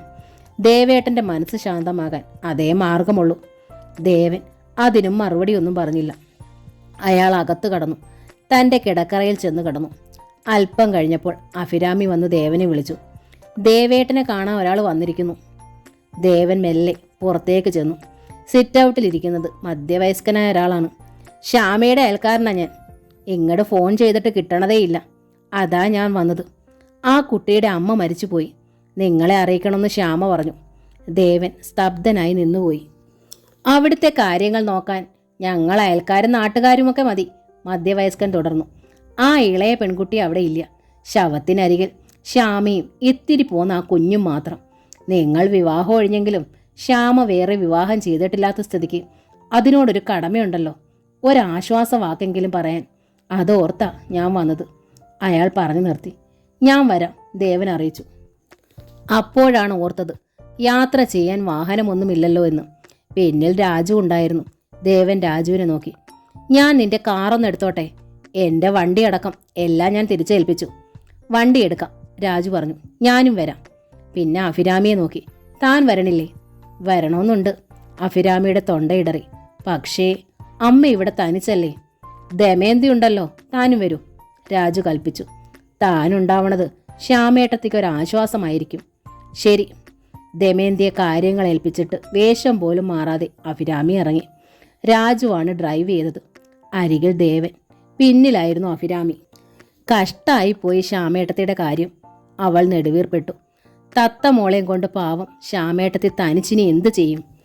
ദേവേട്ടൻ അവിടെ താമസിക്കാമല്ലോ, രാജു ദേവനെ നോക്കി. നന്ദേട്ടത്തി അവരുടെ വീട്ടിലേക്ക് പോയില്ലേ? അവരിനി മടങ്ങി വരുമെന്ന് തോന്നണില്ല. ദേവേട്ടൻ ശ്യാമാഫയിൽ താമസിച്ചാൽ നന്ദേട്ടത്തിയുടെ പിണക്കം ഒന്നുകൂടി വർദ്ധിക്കില്ലേ? അഭിരാമി ചോദിച്ചു. നന്ദേട്ടത്തി ഇണങ്ങിയിട്ടും പ്രയോജനമൊന്നുമില്ലല്ലോ, രാജുവിൻ്റെ മറുപടി. അല്ലെങ്കിൽ ദേവേട്ടൻ അവരുടെ അടിമയായിരിക്കണം. നിരപരാധിയായ ശ്യാമേട്ടത്തിക്ക് കരുണ കാട്ടാൻ പോലും അവർ അനുവദിക്കില്ലല്ലോ. ദേവേട്ടൻ എന്താണ് ഒന്നും പറയാത്തത്? രാജു ചോദിച്ചു. ഇത്തരം ഒരു ഡിസ്കഷനുള്ള സന്ദർഭമാണോ രാജു ഇത്? ദേവൻ മുഖം കൊലിച്ചു. അല്ലെന്നറിയാം, രാജു സമ്മതിച്ചു. എന്നാലും ദേവേട്ടൻ ഒരു തീരുമാനമെടുക്കേണ്ട സമയമാണിത്. ശ്യാമേട്ടത്തിക്ക് ദേവേട്ടൻ മാത്രമേ ഉള്ളൂ. അവരോട് ദേവേട്ടൻ നീതി കാണിക്കണം. ശ്യാമയോട് ഞാൻ നീതിയെ കാണിച്ചിട്ടുള്ള രാജു. ദേവന്റെ സ്വരത്തിൽ പരിഭവം കലർന്നു. മറ്റുള്ളവർ അനീതി കാണിച്ചപ്പോഴും എൻ്റെ ഹൃദയം മുറിച്ചുകൊണ്ട് ഞാൻ അവളോട് നീതി കാണിച്ചു. നിനക്കറിയാലോ അത്. രാജുവിനത് കൊണ്ടു. അഭിരാമി ഒന്ന് തിരിഞ്ഞു നോക്കിയിട്ടാണ് അയാൾ മറുപടി പറഞ്ഞത്. അറിയാം, ആദ്യത്തെ അനീതി എൻ്റേതായിരുന്നല്ലോ. ആ എനിക്ക് നീതിയെക്കുറിച്ച് ഏട്ടൻ്റെ അടുത്ത് പ്രസംഗിക്കാൻ അർഹതയില്ല. മാപ്പ്. രാജു സംസാരം അവസാനിപ്പിച്ചു. ശ്യാമാഫയുടെ മുറ്റത്തോ പരിസരത്തോ കാര്യമായി ആളുകൾ ഉണ്ടായിരുന്നില്ല. ശ്യാമയുടെ അച്ഛനായ അമ്പാടി കൃഷ്ണേട്ടൻ്റെ മരണം ദേവന്റെ ഓർമ്മയിലെത്തി. അന്ന് വീടിനകത്തേക്ക് കടക്കാനാവാത്ത വിധ ആൾക്കൂട്ടമായിരുന്നു. ശ്യാമയുടെ അമ്മയായ അമ്മിണിയെ കിടത്തിയിരുന്നത് മുൻപ് അച്ഛനെ കിടത്തിയിരുന്ന അതേ ഹാളിൽ തന്നെയായിരുന്നു. അമ്മയുടെ ദേഹത്തിൻ്റെ തലയ്ക്കലാണ് ശ്യാമയും തത്തമ്മോളും. ദേവനെ കണ്ടതും ശ്യാമ കണ്ണുകൾ പൂട്ടി. അടഞ്ഞ കൺപോളകൾക്കിടയിൽ നിന്ന് നനവൊലിച്ചിറങ്ങുന്നത് ദേവൻ കണ്ടു. അയാൾ ചെന്ന് തത്തയെടുത്തു. ദേവന്റെ പിന്നിൽ രാജുവും ഉണ്ടായിരുന്നു. അഭിരാമി ശ്യാമയുടെ അരികിൽ ചെന്നിരുന്നു. അവളോട് ചേർത്ത് പിടിച്ചു. സ്വന്തം ചുമലിലേക്ക് ചായച്ച് കിടത്തി. കരയരുതെന്ന് പറഞ്ഞില്ല. ശ്യാമേട്ടത്തിക്ക് ഞങ്ങളുണ്ട്, എന്തിനും എപ്പോഴും. അഭിരാമി ആ കാതിൽ മന്ത്രിച്ചു. ശ്യാമയൊന്ന് ഏങ്ങിയത് പോലുമില്ല. വല്ലാത്ത സമചിത്തത അവൾ കൈവരിച്ചിരുന്നു. അപ്പോൾ പുറത്ത് കാർ വന്ന് നിൽക്കുന്ന ശബ്ദം കേട്ടു. അകത്തേക്ക് കയറി വന്നത് ശരചന്ദ്രനാണ്. അയാൾ മുൻപേ അവിടെ ഉണ്ടായിരുന്നത് പോലെ ദേവന് തോന്നി. ദേവന്റെ അരികിലെത്തി ശരചന്ദ്രൻ വിഷാദത്തിൽ ഒന്ന് മന്ദഹസിച്ചു. ഹേമയെ വിവരം അറിയിക്കാൻ പോയതാ ഞാൻ. ആ കുട്ടിയെ പക്ഷേ ഡെലിവറിക്ക് ഹോസ്പിറ്റലിൽ അഡ്മിറ്റ് ചെയ്തിരിക്കുക. ഈ വിവരം അറിയിക്കാൻ യാതൊരു തരവുമില്ല. സുധീന്ദ്രനും വരാൻ കഴിയുമെന്ന് തോന്നണില്ല. ഡെലിവറി കഴിഞ്ഞാൽ അയാൾ എത്തിയേക്കും. ചിലപ്പോൾ സിസേറിയൻ വേണ്ടി വന്നേക്കാമെന്ന് സംശയമുണ്ട്. അതുകൊണ്ട് ഡെഡ് ബോഡി കാത്തു വെച്ചേക്കണ്ട എന്നാ സുധീന്ദ്രന്റെ അഭിപ്രായം. നിശ്വാസം പോലെ ശ്യാമയിൽ നിന്ന് ഈശ്വര എന്നൊരു വിളി ഉയർന്നു. അഭിരാമി അവളെ ഒന്നുകൂടി ചേർത്തണച്ചു. പ്രാർത്ഥിച്ചാൽ മാത്രം മതി ശ്യാമേട്ടത്തി, ഈശ്വരൻ ശക്തി തരും. ഉച്ച തിരിഞ്ഞിട്ടും സുധീന്ദ്രനെ കാണാനായതോടെ സംസ്കാരത്തിനുള്ള ഒരുക്കങ്ങൾ ആരംഭിച്ചു. എല്ലാറ്റിനും ഓടി നടന്നത് ശരചന്ദ്രനാണ്. ദേവനിൽ അത് അസ്വസ്ഥതയുണ്ടാക്കി. തന്നേക്കാൾ മുകളിലാണോ ഇയാൾക്ക് ഈ വീട്ടിലുള്ള സ്ഥാനം എന്നുപോലും അയാൾ സംശയിച്ചു. എന്നാൽ ശ്യാമയുടെ ബോസ് എന്ന നിലയിലെ ശരചന്ദ്രൻ നിന്നുള്ളൂ. സംസ്കാര ചടങ്ങുകൾക്ക് അയാൾ ദേവനെ സമീപിച്ചു. ഈ അമ്മയുടെ മകളുടെ ഭർത്താവ് എന്ന നിലയ്ക്കും മകൻ എന്ന നിലയ്ക്കും മിസ്റ്റർ ദേവകുമാരൻ തന്നെ അന്ത്യകർമ്മങ്ങൾ ചെയ്യണം. ആ നിർദ്ദേശം പോലും ദേവനിൽ ഈർഷ്യയുണ്ടാക്കി. ശ്യാമയുടെ അച്ഛൻ്റെ ബലികർമ്മങ്ങളും ഞാനാ നിർവഹിച്ചത്, അയാൾ പറഞ്ഞു. എന്നോട് ആരും നിർദ്ദേശിക്കേണ്ട കാര്യമില്ല. നിർദ്ദേശിച്ചതല്ല മിസ്റ്റർ ദേവൻ. ക്ഷമാപണം പോലെയായിരുന്നു ശരചന്ദ്രൻ്റെ മറുപടി. സമയമായതുകൊണ്ട് ഞാനൊന്ന് ഓർമ്മിപ്പിച്ചെന്നേ ഉള്ളൂ. ശരത്ചന്ദ്രൻ്റെ ആ മേൽഭരണം രാജുവിനും അത്ര ഇഷ്ടപ്പെട്ടില്ല. നന്നായി അയാളോട് അത്രയും പറഞ്ഞത്, രാജു അഭിപ്രായപ്പെട്ടു. അമ്മിണിയെ ചിതയിൽ കൊണ്ടുവച്ചതും ചിതയ്ക്ക് തീ കൊടുത്തതും അന്ത്യകർമ്മങ്ങൾ അർപ്പിച്ചതുമെല്ലാം ദേവനായിരുന്നു. എങ്കിലും എല്ലാറ്റിനും സഹായി എന്നോണം അയാളുടെ പിന്നിൽ ശരചന്ദ്രനും ഉണ്ടായിരുന്നു. ദേവനിൽ തീരാത്ത അസഹ്യതയാണ് രൂപപ്പെട്ടത്. സ്വന്തം നിലയ്ക്ക് ഇയാൾ ഇവിടെയുള്ള നിലയ്ക്ക് താൻ എന്തിനെന്നു പോലും ദേവന് തോന്നി. ചടങ്ങുകൾ അവസാനിക്കും മുമ്പേ അയൽക്കാരും നാട്ടുകാരും പിരിഞ്ഞു. ദേവകുമാരനെയും രാജകുമാരനെയും അഭിരാമിയും കൂടാതെ ശരത്ചന്ദ്രൻ മാത്രമായി ബാക്കി. ഒടുവിൽ അയാളും യാത്ര പറയാൻ ദേവന്റെ അരികിലെത്തി. ഞാൻ ഇറങ്ങുക, മിസ്റ്റർ ദേവൻ ഉണ്ടാകുമല്ലോ ഇവിടെ. ദേവൻ അതിന് മറുപടി പറഞ്ഞില്ല. ഏതായാലും ശ്യാമയുടെ ജീവിതത്തിലേക്ക് താങ്കൾ തിരിച്ചു വന്നത് നന്നായി, ശരത്ചന്ദ്രൻ പറഞ്ഞു. ഇല്ലായിരുന്നെങ്കിൽ ഈ സന്ദർഭത്തെ ആ പാവം കുട്ടി എങ്ങനെ നേരിടുമായിരുന്നെന്ന് എനിക്കറിയില്ല. ഞാൻ തിരിച്ചു വന്നില്ലായിരുന്നെങ്കിൽ താങ്കൾ ഉണ്ടായിരുന്നല്ലോ ശ്യാമയുടെ സഹായത്തിന്. ദേവന്റെ അസഹ്യത പൊട്ടി. ശരത്ചന്ദ്രന്റെ മുഖത്ത് വല്ലാത്ത വിഷമമുണ്ടായി. ശ്യാമ എന്ന പെണ്ണിനെ അറിയാത്തത് കൊണ്ടാണ് താങ്കൾ ഇങ്ങനെ സംശയിക്കണത്. ശ്യാമ എന്ന പെണ്ണിനെ നിങ്ങൾക്കറിയാമോ? മറ്റാരേക്കാൾ എനിക്കറിയാം. ശരത്ചന്ദ്രത്തിൻ്റെ സ്വരത്തിലെ പതർച്ച നീങ്ങി. നിങ്ങൾ ശ്യാമയെ വിവാഹം ചെയ്യും മുമ്പേ എനിക്ക് ആ കുട്ടിയെ അറിയാം. ബൂത്തിൽ വെച്ച് ആ മുഖം കണ്ട് വിവാഹം കഴിക്കാൻ പോലും താല്പര്യമുണ്ടായതാ. അംഗഭംഗം അറിഞ്ഞപ്പോൾ മനസ്സ് മുടങ്ങി. യാതൊരു അംഗഭംഗവുമില്ലാത്ത ഒരുവൾ ഭാര്യയായി. എന്നിട്ടും എൻ്റെ ദാമ്പത്യം തകർന്നു. അംഗഭംഗമില്ലാത്ത ഞങ്ങളുടെ കുട്ടികൾ ഊമയും ബധിരനുമായി. അതിൻ്റെ കുറ്റം എൻ്റെ ജീനുകളിൽ ആരോപിച്ച് ഭാര്യ പിരിഞ്ഞു.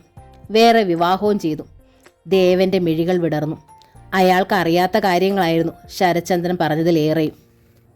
നിങ്ങൾ വിഭാര്യനാണെന്ന കാര്യം എനിക്കറിയാമായിരുന്നു. അതുകൊണ്ടാണ് ശ്യാമയോട് നിങ്ങൾ അടുപ്പം കാണിച്ചപ്പോൾ ഞാൻ ശങ്കിച്ചത്. നിങ്ങൾ ശങ്കിച്ചതിൽ തെറ്റൊന്നുമില്ല. ശരത്ചന്ദ്രൻ പുഞ്ചിരിച്ചു. അംഗഭംഗമുള്ള എൻ്റെ കുട്ടികളുടെ അമ്മയായി ശ്യാമയെ കെട്ടിയിരുന്നെങ്കിലെന്ന് ഞാൻ മോഹിച്ചത് സത്യമാണ്. അംഗഭംഗമില്ലാത്ത തത്തമോൾക്ക് അച്ഛനാകാനും ഞാൻ തയ്യാറായിരുന്നു. പക്ഷേ ശ്യാമ അതിന് തയ്യാറല്ല. ദേവനിൽ വല്ലാത്ത വീർപ്പുമുട്ടലുണ്ടായി.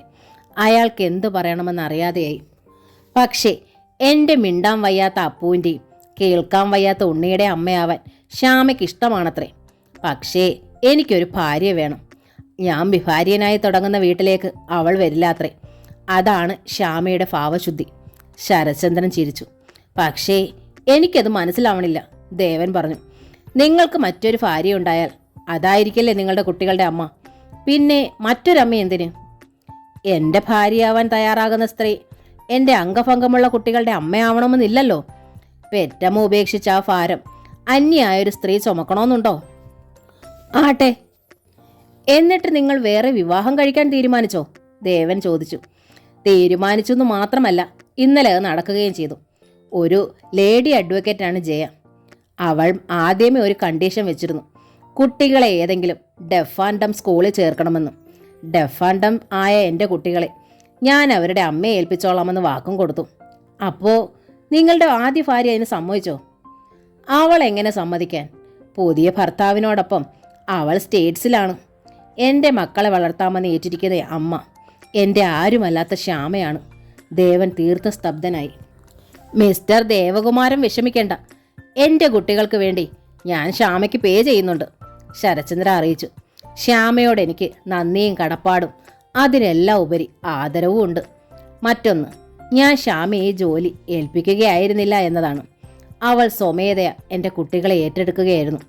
ശ്യാമയ്ക്ക് അവരെ ജീവനാണ്, അവർക്ക് ശ്യാമയും. ദേവൻ ഒരക്ഷരം മറുപടി ശബ്ദിച്ചില്ല. ഞാൻ ഇറങ്ങുന്നു. ഒന്നുകൂടി ആവർത്തിക്കുന്നു, എനിക്ക് ശ്യാമയുമായി ഒരു ബന്ധവുമില്ല. ബന്ധം എൻ്റെ കുട്ടികൾക്ക് ശ്യാമയ്ക്കുമാണ്. പറഞ്ഞിട്ട് ശരത്ചന്ദ്രൻ ചെന്ന് പോർച്ചിൽ കിടന്ന കാറിൽ കയറി. കാർ പുറത്തേക്ക് നീങ്ങി. അയാൾ എന്താണ് പറഞ്ഞത്? രാജു ദേവനോട് ചിരക്കി. എന്തൊക്കെയോ ദേവൻ ചിറികൂട്ടി. എനിക്കൊന്നും മനസ്സിലായില്ല. ഏട്ടൻ ഇന്ന് ഇവിടെ തങ്ങുകയല്ലേ? രാജു ചോദിച്ചു. അതോ അഫിയോട് ഇവിടെ നിൽക്കാൻ പറയണോ? ഞാൻ തങ്ങാം. ഒരൗദാര്യം പോലെയായിരുന്നു ദേവന്റെ വർത്തമാനം. രാജുവിന് അതിഷ്ടമായില്ല. എന്തേ, നന്ദേട്ടത്തി പിണങ്ങുമെന്ന് പേടിയുണ്ടോ ദേവേട്ടന്? ദേവന് ശുണ്ടി വന്നു. നീ എന്താ എന്നെ കളിയാക്കുവാ? ആര് പിണങ്ങിയാലും എനിക്കൊന്നുമില്ല. അല്ലെങ്കിൽ തന്നെ പിണങ്ങിക്കഴിഞ്ഞല്ലോ. എനിക്കിപ്പോൾ എല്ലാവരോടും വെറുപ്പായി. എല്ലാവരെയും സ്നേഹിച്ചവനാ ഞാൻ. പക്ഷേ തിരിച്ചു കിട്ടിയത്. മറുപടി പറയാതെ അമ്പരപ്പിൽ നോക്കി നിന്നതേ ഉള്ളൂ രാജു. അയാളും അഭിരാമിയും മടങ്ങാനായി ശ്യാമയുടെ അരികിലെത്തി. അഭിരാമിയുടെ കയ്യിലായിരുന്നു തത്തമോൾ. തത്തയെ അവൾ ശ്യാമയുടെ കയ്യിലേക്ക് നൽകി. മോൾ എന്നോട് ഒത്തിരി അടുത്തു. പിരിയാൻ എനിക്കും പ്രയാസം. പിരിയണ്ട, അഫി അവളെ എടുത്തോളൂ, ശ്യാമ പറഞ്ഞു.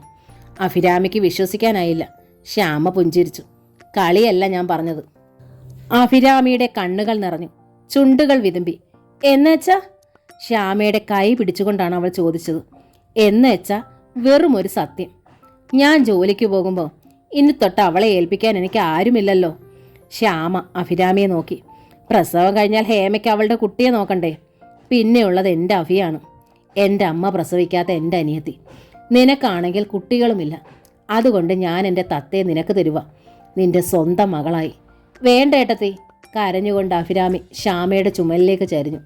ശ്യാമേട്ടത്തിക്ക് ആകെയുള്ളത് ഈ തങ്കക്കുടം മാത്രമല്ലേ? ഇതിനെ എനിക്ക് തന്നാൽ ശ്യാമേട്ടത്തിയുടെ ജീവിതം തരിശായി പോവില്ലേ? ഇല്ല ഭി. ശ്യാമ അഭിരാമിയുടെ ചുമലിൽ തഴുകി. കൊടുത്താൽ പെരുകുന്നതാണ് നന്മയും സ്നേഹവും. അതെനിക്ക് ബോധ്യമുണ്ട്. ഞാൻ പ്രസവിച്ച എൻ്റെ പൊന്നുമോളെ നിനക്ക് തരണമെങ്കിൽ നിന്നോട് എത്ര സ്നേഹവും നിന്നിൽ എത്ര വിശ്വാസവും ഉണ്ടാവും എനിക്ക്. അഭിരാമിയുടെ കരച്ചിൽ നിലച്ചു. അവൾ അത്ഭുതത്തിൽ ശ്യാമയുടെ മുഖത്തേക്ക് നോക്കി. എന്നുവെച്ച് ഇന്നേ തന്നയക്കണില്ല ഞാൻ. ശ്യാമ തുടർന്നു. ഒരീസം ഞാൻ എൻ്റെ തത്തയെ നിന്റെ കയ്യിൽ കൊണ്ടുവന്ന് ഏൽപ്പിക്കും, അതുപോരെ? സാരിത്തുമ്പാൽ കണ്ണു തുടച്ചതല്ലാതെ അഭിരാമി മറുപടി പറഞ്ഞില്ല. നിന്റെ കയ്യിൽ ഏൽപ്പിച്ചാൽ എനിക്കെൻ്റെ മകളെ നഷ്ടമാവില്ല. ആഗ്രഹിക്കുമ്പോഴൊക്കെ എനിക്ക് അവളെ വന്ന് കാണാമല്ലോ. എൻ്റെ മകളെ നീ നിന്റെ മകളായി വളർത്തണത് കാണാനാണ് എനിക്കിഷ്ടം. ഞാൻ പോണു ശ്യാമേട്ടത്തി. അഭിരാമി തിരിഞ്ഞു നടന്നു. കാറിലിരിക്കുമ്പോൾ അവൻ രാജുവിനോട് പറഞ്ഞു. പലതവണ ഞാൻ ശ്യാമേട്ടത്തിയോട് തത്തയെ ചോദിച്ചു. അപ്പോഴൊക്കെ അവർക്ക് അവളെ പിരിയാൻ പ്രയാസമായിരുന്നു. ഇപ്പോൾ പെട്ടെന്ന് എന്തു പറ്റിയെന്നറിയില്ല. പറ്റിയതറിയില്ലേ? രാജു ചോദിച്ചു. അവരുടെ അമ്മ മരിച്ചു. ഇപ്പോൾ കുട്ടിയെ ഏൽപ്പിച്ചിട്ട് പോകാൻ ആരുമില്ല. എങ്കിൽ വല്ല കൃഷിയിലും ഏൽപ്പിച്ചൂടെ? ശ്യാമേട്ടത്തിയുടെ സ്വഭാവത്തിന് അവർ ജോലി തന്നെ ഉപേക്ഷിച്ചെന്ന് വരും. ദേവേട്ടൻ തിരിച്ചു ചെന്ന സ്ഥിതിക്ക് ജോലി ഒരു അത്യാവശ്യവുമല്ലല്ലോ. എന്നിട്ടും അവർ ഇങ്ങനെയൊരു തീരുമാനമെടുത്തതിൻ്റെ പിന്നിൽ എന്തോ ഉണ്ട്. ജീവിതത്തോട് പെട്ടെന്നൊരു വിരക്തി വന്നു കാണും. അല്ലെങ്കിൽ അവരെ ഒരിക്കൽ കൈയൊഴിഞ്ഞ രാജുവേട്ടനോട് സ്വന്തം കുട്ടിയെ വളർത്താൻ നൽകി ഒരു പരിശുദ്ധ പ്രതികാരം ചെയ്യുകയാവാം. പരിശുദ്ധമായാൽ പോലും പ്രതികാരം ചെയ്യുന്ന വികാരം ശ്യാമ എന്ന സ്ത്രീയുടെ മനസ്സിന് തീണ്ടിയില്ല ഫീ. അവർ അവരുടെ സ്നേഹവും നന്മയും പങ്കുവെക്കുകയാണ്. അങ്ങനെ കരുതിയാൽ മതി. അഭിരാമി പിന്നെ തകർക്കിച്ചില്ല. രാജുവും അഭിരാമിയും പോയതോടെ ദേവൻ ശ്യാമയുടെ അരികിലെത്തി. ശ്യാമ, ഇനി നീ എന്താണ് ചെയ്യാൻ പോണത്? ശരത്ചന്ദ്ര പറഞ്ഞ കാര്യങ്ങൾ മനസ്സിൽ വെച്ചുകൊണ്ടായിരുന്നു ചോദ്യം. മോളെയും കൊണ്ട് തനിച്ചിവിടെ കഴിയാനാവില്ലല്ലോ. ഞാൻ ഏതെങ്കിലും വനിതാ സദനത്തിലേക്ക് താമസം മാറ്റും. അതല്ലേ നല്ലത്. ഞാനിവിടെ തനിച്ച് താമസിച്ചാൽ ശരിയാവില്ലല്ലോ. ഹേമ ഇനി ഇങ്ങോട്ട് വരില്ലായിരിക്കും. എന്നാലും ഈ വീട് അവളെ എടുത്തോട്ടെ. എനിക്കെന്തിനാ ഒരു വീട്? റെയിൽവേ കമ്പാർട്ട്മെന്റിൽ കാണാറില്ലേ, ലെസ് ലഗേജ് മോർ കംഫർട്ട് എന്ന്? ശ്യാമ ചിരിച്ചു. ദേവൻ അത്ഭുതമായി. തനിക്കറിയാവുന്ന ശ്യാമയല്ല സംസാരിക്കുന്നതെന്ന് അയാൾക്ക് തോന്നി. ശ്യാമ വല്ലാതെ മാറിപ്പോയിരിക്കുന്നു. എങ്കിലും ദേവൻ ചോദിച്ചു, അപ്പോൾ ശ്യാമയോടൊപ്പം ഞാനിവിടെ താമസിക്കണ്ടേ? ശ്യാമയിലൊരു നടുക്കം പ്രകടമായി. ദേവേട്ടൻ ഇവിടെ താമസിക്കാനോ? എന്തേ, ആകാശം ഇടിഞ്ഞു വീഴുമോ? നന്ദ സമ്മതിക്കുമോ ദേവേട്ടാ? നന്ദയുടെ സമ്മതം എനിക്കിനി ആവശ്യമില്ല. അവൾ അവളുടെ വീട്ടിലേക്ക് പോയിരിക്കുകയാണ്. ശ്യാമ വീണ്ടും നടുങ്ങി. എന്തിന്? എന്താ ദേവേട്ട പറ്റിയത്? നന്ദ എൻ്റെ ഒപ്പം നിൽക്കണമെങ്കിൽ ഞാൻ ശ്യാമയെക്കുറിച്ച് ഓർക്കാനേ പാടില്ല. അതാണ് നിബന്ധന. അങ്ങനെയെങ്കിൽ അങ്ങനെ തന്നെ ആയിരിക്കണം ദേവേട്ടൻ. ശ്യാമയുടെ തൊണ്ടയിടറി. അതാണ് സ്നേഹം. ദേവേട്ടൻ എന്നെക്കുറിച്ച് ഓർക്കാനേ പാടില്ല. നന്ദ വേദനിക്കും. എനിക്കും വേദനയുണ്ട്. ഞാനും ഒരു മനുഷ്യനാണ്. എൻ്റെ കാര്യം ഓർത്ത് ദേവേട്ടൻ വേദനിക്കണ്ട. ഞാൻ ചില തീരുമാനങ്ങൾ എടുത്തിട്ടുണ്ട്. ആ തീരുമാനങ്ങൾ എന്തെന്ന് എനിക്കറിയാം. ദേവന്റെ ശബ്ദം ഉയർന്നു. ഞാൻ അതിന് അനുവദിക്കില്ല. ശ്യാമ അമ്പരപ്പിൽ ദേവനെ നോക്കി. ശരത്ചന്ദ്രന്റെ കുട്ടികളുടെ ആയി പോവുകയാണ് നീ അല്ലേ? ദേവൻ ചോദിച്ചു. അതിലെന്താ ദേവേട്ടാ തെറ്റ്? അമ്മ ഉപേക്ഷിച്ചു പോയ കുട്ടികളാണവർ. അപ്പവും ഉണ്ണിയും എത്ര ഓമനത്വമുള്ള കുട്ടികളാണെന്നോ. പക്ഷേ ഒരാൾ മിണ്ടില്ല. മറ്റേയാൾക്ക് കേൾക്കാനും കഴിയില്ല. ആരുടെയെങ്കിലും സഹായമില്ലാതെ അവരെങ്ങനെ ജീവിക്കും? അങ്ങനെയുള്ള ആ കുട്ടികളെയാണ് വിദ്യാഭ്യാസമുള്ളൊരു പെറ്റമ്മ ഉപേക്ഷിച്ച് കടന്നു കളഞ്ഞത്. എത്ര ക്രൂരതയാണ് അതെന്ന് ദേവേട്ടനൊന്ന് ആലോചിച്ച് നോക്ക്. ഇത്രയും വലിയ ബിസിനസ് നടത്തുന്ന ശരത്ചന്ദ്ര സാറിന് അതെല്ലാം ഉപേക്ഷിച്ച് ആ കുട്ടികളുടെ അരികിൽ അദ്ദേഹം ആ കുട്ടികൾക്ക് എങ്ങനെ ഭക്ഷണം കൊടുക്കും? അപ്പോൾ അയാൾക്ക് വേണ്ടിയാണോ ശ്യാമ ആ കുട്ടികളെ ചുമതല ഏറ്റെടുക്കുന്നത്?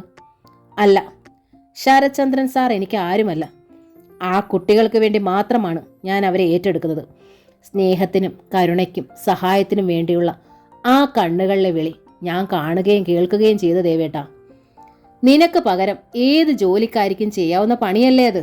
അല്ല ദേവേട്ടാ, വെറും ഒരു ജോലിക്കാരിക്കുള്ള പണിയല്ല അത്. ജന്മന ഉണ്ടാകുന്ന വൈകല്യങ്ങൾ ഒരു വ്യക്തിയുടെയും തെറ്റല്ല. അവരെ അവഗണിക്കുന്നതാണ് തെറ്റ്. ആ അവഗണന അനുഭവിക്കുന്നവളാണ് ഞാൻ. അതുകൊണ്ട് എന്നെ പോലുള്ളവർക്ക് മാത്രമേ ആ കുട്ടികളെ പോലുള്ളവരെ കൈയേൽക്കാനാവൂ. അപ്പോൾ നിന്റെ കുട്ടി? എൻ്റെ മോൾക്ക് എല്ലാവരും ഉണ്ട്. അവൾക്ക് അംഗഭംഗവുമില്ല. സ്നേഹത്തിൻ്റെ നിറവിലാണ് എൻ്റെ തത്ത വളർന്നത്. അച്ഛൻ്റെ സ്നേഹം മാത്രമേ അവൾക്ക് നിഷേധിക്കപ്പെട്ടിട്ടുള്ളൂ. പക്ഷേ സാരമില്ല. അഫി പലവട്ടം അവളെ ചോദിച്ചതാണ്. പക്ഷേ ഞാൻ കൊടുത്തില്ല.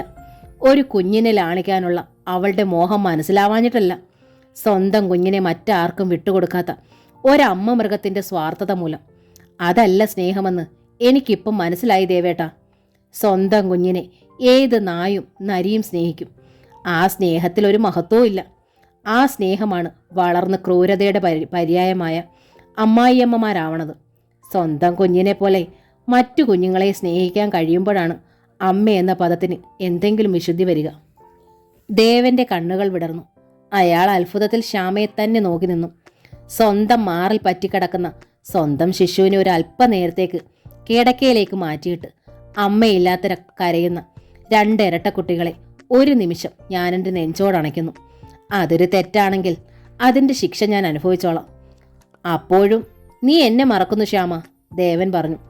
എല്ലാം ഉപേക്ഷിച്ച് നിന്റെ അരികിലേക്ക് ഓടിപ്പോന്നവനാണ് ഞാൻ. ശ്യാമ ദേവനെ നോക്കി. ദേവേട്ടനൊന്നും ഉപേക്ഷിച്ചില്ലല്ലോ. ഉപേക്ഷിക്കപ്പെടുകയല്ലേ ചെയ്തത്. നന്ദന ദേവേട്ടനെ ഉപേക്ഷിച്ചു പോയതിൻ്റെ കാരണം ഞാനും. അതുകൊണ്ടുകൂടിയാണ് ഞാൻ ദേവേട്ടനെ മറക്കണത്, നന്ദനയ്ക്ക് വേണ്ടി. നന്ദയ്ക്ക് അച്ഛനുണ്ട് ശ്യാമ, ദേവൻ പറഞ്ഞു. ജീവിക്കാനൊരു ജോലിയുണ്ട്, സ്വന്തം വീടുണ്ട്, ഇഷ്ടം പോലെ പണമുണ്ട്. എല്ലാറ്റിനുമുപരി സ്നേഹിക്കാനും ലാളിക്കാനും ഒരു കുഞ്ഞു ഉടനെ ഉണ്ടാകും. നിനക്കും കുഞ്ഞിനുമല്ലേ ശ്യാമ ആരുമില്ലാത്തത്, ഒന്നുമില്ലാത്തത്. ഇത് ദേവേട്ടൻ്റെ വലിയ മനസ്സിൽ നിന്ന് പ്രവഹിക്കുന്ന കരുണയാണ്. ഈ കരുണയാലാണ് സ്നേഹിച്ച പെണ്ണിനെ മറന്നിട്ട് ദേവേട്ടൻ ഒരിക്കൽ എൻ്റെ കഴുത്തിൽ താലി അണിയിച്ചത്. നമ്മൾ ഒന്നിച്ച് ജീവിച്ചപ്പോഴും ദേവേട്ടൻ നന്ദനെ ഓർത്ത് വിഷമിച്ചു. നന്ദയോടൊത്ത് ജീവിച്ചപ്പോൾ നിന്നെ ഓർത്ത് ഞാൻ വേദനിച്ചു ശ്യാമ. അത് ശരിയല്ല ദേവേട്ട. അതുമൂലമാണ് നന്ദ ഇറങ്ങിപ്പോയത്. ദേവേട്ടൻ ഇനിയും എന്നെ ഓർത്ത് വിഷമിക്കരുത്, വേദനിക്കരുത്. എൻ്റെ മകൾക്ക് അമ്മയായി അഫി ഉണ്ടാകൂ ഇനി. അച്ഛനായി ദേവേട്ടൻ്റെ അനിയനും. ദേവേട്ടൻ്റെ മകൾ ദേവേട്ടൻ്റെ അനിയനും മകൾ തന്നെയല്ലേ. നിറഞ്ഞ കുടത്തിൽ വീണ്ടും ജലം പകരേണ്ട കാര്യമില്ലല്ലോ. ഒരു ഒഴിഞ്ഞ കുടമാണ് രാജുവിൻ്റെ അഫിയുടെയും ജീവിതം. അവിടേക്കും നമുക്ക് അല്പം ജലം പകരാം. ആ ത്യാഗം മറക്കാൻ അമ്മ ഉപേക്ഷിച്ച 2 കുഞ്ഞുങ്ങൾ എൻ്റെ ഒപ്പം ഉണ്ടാവും. അപ്പോൾ നിനക്ക് നിന്റെ മകളെ വേണ്ടേ? എൻ്റെ മകളെ ഞാൻ ഉപേക്ഷിച്ചിട്ടില്ല ദേവേട്ട. കാണാൻ വെമ്പുമ്പോഴെല്ലാം ഞാൻ അവളുടെ അരികിലെത്തും. അഫിയുടെയും രാജുവിൻ്റെ സന്തോഷത്തിന് വേണ്ടി മാത്രമാണ് ഞാൻ. ശ്യാമയുടെ തൊണ്ടയിടറി. പക്ഷേ ദേവേട്ടൻ ഭാഗ്യോദയത്തിലുണ്ടാവരുത്. അത് രാജുവിൻ്റെ അഫിയുടെയും വീടല്ലേ. നന്ദ ആഗ്രഹിക്കും പോലെ ദേവേട്ടൻ നന്ദനത്ത് പോയി താമസിക്കണം. അവിടേക്ക് മാത്രം ഞാൻ ഒരിക്കലും വരില്ല. ദേവേട്ടനെ കാണുകയുമില്ല. പെട്ടെന്ന് ദേവൻ ശ്യാമയുടെ വായു പൊത്തി. ഞാൻ എന്ത് ചെയ്യണമെന്ന് ഞാൻ തീരുമാനിക്കും ശ്യാമ. ആരെ കാണരുതെന്നും കാണണമെന്നുമൊക്കെ എനിക്ക് എൻ്റേതായ ആദർശങ്ങളുണ്ട്, ചിന്തകളും. വായു പൊത്തിയിരുന്ന ദേവൻ്റെ കൈ എടുത്തു മാറ്റി ശ്യാമ. സ്വന്തം ആദർശങ്ങളും ചിന്തകളും നല്ലതാണ് ദേവേട്ട. അത് പക്ഷേ അവനവനും മറ്റുള്ളവർക്കും പ്രയോജനപ്രദമായിരിക്കണം. ഞാനിനി ഒരിക്കലും ദേവേട്ടൻ്റെ ഭാര്യ ആയിരിക്കില്ല. എൻ്റെ കൺമുന്നിൽ ദേവേട്ടൻ നന്ദനയുടെ ഭർത്താവാണ്. നമുക്കിടയിൽ ഏക ബന്ധം നമ്മുടെ മകൾ മാത്രവും. ദേവൻ അമ്പരപ്പിൽ ശ്യാമയെ നോക്കി. ദേവേട്ടൻ നന്ദയിലേക്ക് മടങ്ങിപ്പോകണം. നിങ്ങൾ ഒരുമിച്ച് സന്തോഷമായി ജീവിക്കണത് കണ്ടാൽ മതി എനിക്ക്. ദൈവം ഇപ്പോൾ പ്രത്യക്ഷപ്പെട്ട് എൻ്റെ മുടന്തു മാറാനുള്ള ഔഷധം നീട്ടിയാലും ഞാനത് നിഷേധിക്കും. എനിക്കിഷ്ടം ഇങ്ങനെ മുടന്തി ജീവിക്കാനാണ്. ഞാൻ അതുമായി പൊരുത്തപ്പെട്ടിരിക്കണം. ഇങ്ങനെ സന്തോഷമായി ജീവിക്കാനാവുമെന്ന് ഞാൻ ലോകത്തിന് കാണിച്ചു കൊടുക്കും. എന്നെ ആരും ചുമക്കണ്ട. കരുണയ്ക്കായി ഞാൻ ആരുടെ നേർക്കും കൈ നീട്ടില്ല. എൻ്റെ ഉള്ളിൽ ദൈവം ഒരിത്തിരി സ്നേഹം തന്നിട്ടുണ്ടല്ലോ, അത് ഞാൻ മറ്റുള്ളവർ കൂടി പങ്കുവയ്ക്കാൻ ആഗ്രഹിക്കുന്നു. അതിന് ദേവേട്ടൻ തടസ്സം നിൽക്കാതിരുന്നാൽ മതി. ദേവൻ അതിന് യാതൊരു മറുപടിയും പറഞ്ഞില്ല. അയാൾക്ക് കിടക്ക വിരിച്ചത് ശ്യാമയാണ്. തത്തമോളെയും ദേവൻ അരികിൽ കിടത്തി. തത്ത ഉറങ്ങിയതോടെ ശ്യാമ തൊട്ടടുത്തുള്ള മുറിയിൽ ചെന്ന് കിടന്നു. വെളുപ്പിന് ഫോൺ ബെൽ കേട്ടാണ് ശ്യാമ ഉണർന്നത്. അഭിരാമിയായിരുന്നു വിളിച്ചത്. ദേവേട്ടനൊരു ഗുഡ് ന്യൂസ് ഉണ്ട് ശ്യാമേട്ടത്തി. നന്ദേട്ടത്തി പ്രസവിച്ചു എന്ന് അറിവ് കിട്ടി. സിറ്റി ഹോസ്പിറ്റലല്ല, ആൺകുട്ടിയാണ്. അമ്മയും കുഞ്ഞും സുഖമായിരിക്കണം. എന്നാലും ദേവേട്ടനൊന്ന് ചെന്ന് കാണേണ്ടതാണ്. ശ്യാമേട്ടത്തി നിർബന്ധിക്കണം. നിർബന്ധിക്കേണ്ട അഫി, ദേവേട്ടൻ ചെന്ന് കാണും. ശ്യാമ ഫോൺ വെച്ചു. എങ്കിലും ശ്യാമ നിർബന്ധിച്ചാണ് ദേവനെ ആശുപത്രിയിൽ കൊണ്ടുപോയത്.